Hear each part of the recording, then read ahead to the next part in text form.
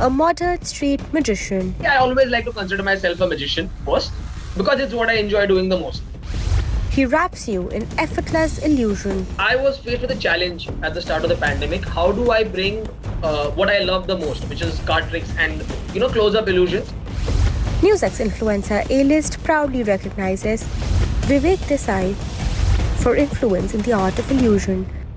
Hello and welcome. You're joining us on NewsX Influencer A-List. I'm Pariti Bhanot, and with us today is Vivek Desai. Now, Vivek is an illusionist. He's a magician. He specializes in card tricks, and he's going to do one with me just now. Vivek, the screen is all yours. Okay. So like you said, I do specialize in card tricks, and you have interviewed several mentalists so far. And I feel mentalism works very well virtually because it's very impressive how you're reading my mind through the screen. But for card tricks, you have to be there in person. Otherwise, the feel isn't there.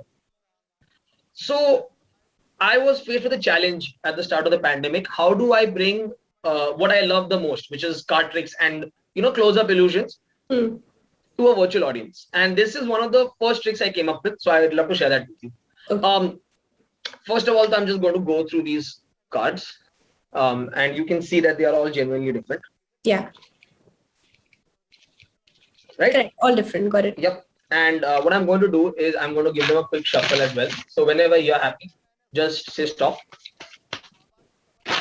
With the cards, not generally, because that's person to person. Yeah. Okay, stop the cards. Okay. Should I finish this or should I just let it go? Yeah, you can finish that. Okay. And I'm just going to hold my hand like this the entire time in frame. All right. Now, before we recorded, I just asked you to make sure you have a wallet with you, right? Yeah. I didn't like tell you to get a specific wallet, or I didn't tell you to get a specific kind of nothing. Nothing at all. I just have my wallet with me. And there is cash in it, right? Can you take out a note? Can you take it out? You want me to take it out and show it on? Yeah. Show it. Go ahead. Yeah. Okay, perfect. And what I'm going to do right now is just take out the first three cards that I shuffled, right? And you want me to shuffle again? I can do it. No. Okay, so there's a 2, there's a 9, and there's a 4, right? Yeah.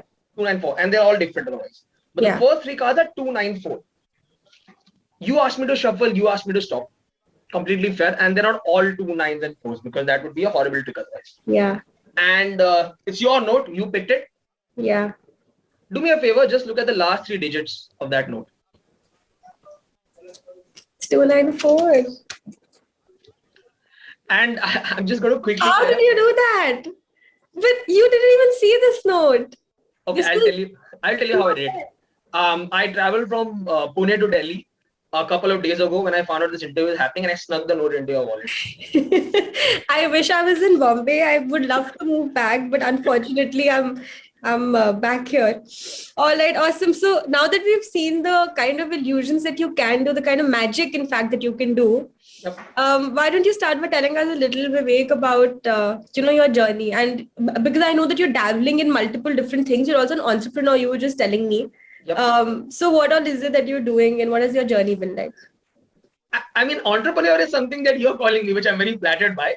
So I do own a comedy festival. It's India's largest comedy festival. So that is one thing I do besides performing. And nowadays, of course, I also stream and create other content on YouTube. But primarily, I always like to consider myself a magician first because it's what I enjoy doing the most. And I started when I was a kid, when I was 10, 11 years old. And I started for the same reasons. A lot of people start, you want to impress your friends. It's a very cool talent to have, and it's very unique. And I kept performing, looking for validation. And then I realized there's something you can get even better than validation doing magic, which is money. And I realized, this is something I really like. And it's something which can actually sustain me. So I started performing professionally. So you were doing live shows, and at what age did you start doing live shows? You were in college. Yeah, around 16, 17. It's a really funny story. I started doing those gigs because I just wanted some extra pocket change. And my parents were never strict, but they were very disciplined with how they used to give me, pocket money. Yeah. This is how much you can spend. This is how much you can't. And I'm really into games. And there was a video game console I wanted to buy called the Nintendo 3DS, and it's imported, so it was a lot of cost to bring it over and all that. My parents were like, "No, I mean, just wait. Your exams are coming up." So I just thought, okay, what if I earn the money and buy it? They're like, okay, if you can do it, go ahead. And I actually did it, so they were surprised. Wow. And I then started doing more gigs even after I just bought what I wanted to, because I really loved doing. Magic.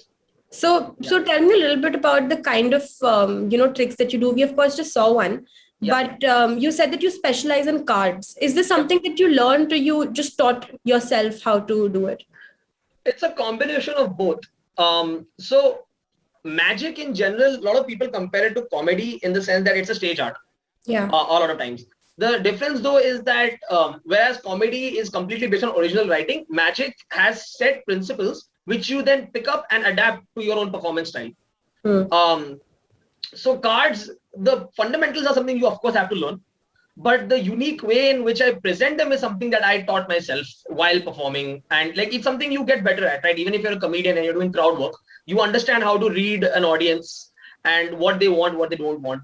So has social media in a certain sense helped you gain traction and gain the kind of audience offline as well? Absolutely. Yeah. Absolutely. 100%. It's a combination of the fact that they've seen you digitally, and also the fact that magic as an industry is fundamentally unknown. People don't know how to budget or how to book artists because itna understanding nahi hai. Like comedy, there are several comedians. So everyone knows generally what the commercials are and what the set is supposed to be like and how you're supposed to book them. Whereas magicians, like I'm sure you have covered other magicians now, so you know that it's just the same ring of 5, 10, maybe 15 people who are performing everywhere.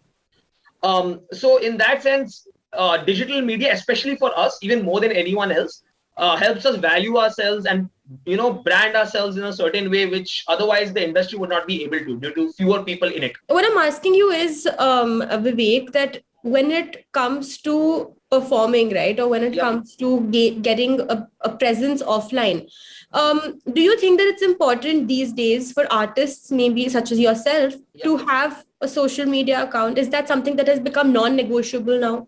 Oh, it's non-negotiable. I mean, definitely, especially if you're trying to sell tickets, right? Because why will someone buy a ticket for your show if they don't know what you're doing? So I would say absolutely it's necessary to have content online. Now, how often you post is a separate thing. Like I can give you an example of comedians again who have 3 or 4 videos, but all of them have 25, 30 million views. And they sell more tickets than someone who has 20 videos but with 1 million. But you definitely need to have a presence. That is non-negotiable. That I would 100%. I mean, if you want to grow, if you want to sustain yourself where you are, then probably word of mouth is enough on a local level. But if you want to grow nationally and even internationally, 100% non-negotiable. So you have a comedy festival of your own. You are a magician. You're a social media influencer. You don't call yourself that, but we will call you that. Sure. So tell me something then, Vivek. What do you think is the need of the hour, or what do you think comedians, or forget comedians, what do you think magicians and illusionists in India need right now? What do you think the illusionists community in a certain sense needs? So if this was like 3 years ago, I would probably give you a like a long lecture about how perception needs to change in India, because everyone looks at a David Blaine or a Dynamo or a Chris Angel, right, abroad, and they look at that and they're like, oh, that's amazing. I would love to see that. But the perception in India of magic is just what it was, 40 years ago, where it is people which is fine, like that is part of the art. Yeah. But now, I would say the perception has already changed, because like I think you did with Karan and Suhani. So these two guys have done a great job.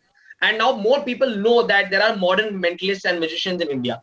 Yeah. So I would just say more of that. We need more people getting good numbers on social media, both Instagram and YouTube, because that will help break out the stereotype of, what magic used to be. And how do we drive that? And now I'm just picking your brain, Vivek. How do we drive that? Do you think we need magicians to start a magic school to kind of help younger and budding magicians? How do you think that can work? So what are possible? There are actually several budding magicians already in India. I don't think the issue is so much transfer of knowledge as it is converting that knowledge into traction.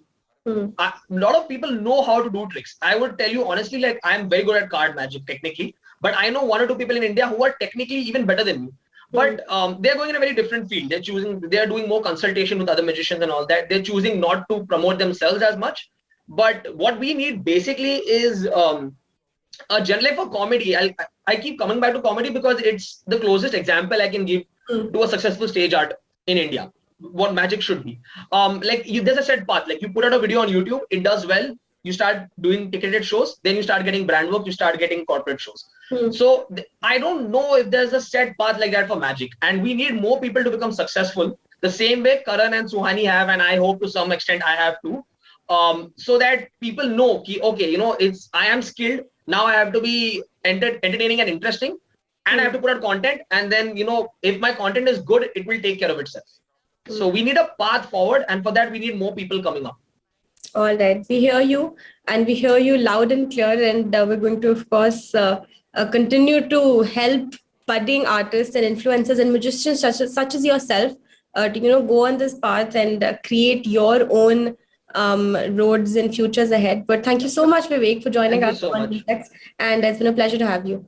For more such videos, subscribe to the NewsX YouTube channel, hit the bell icon.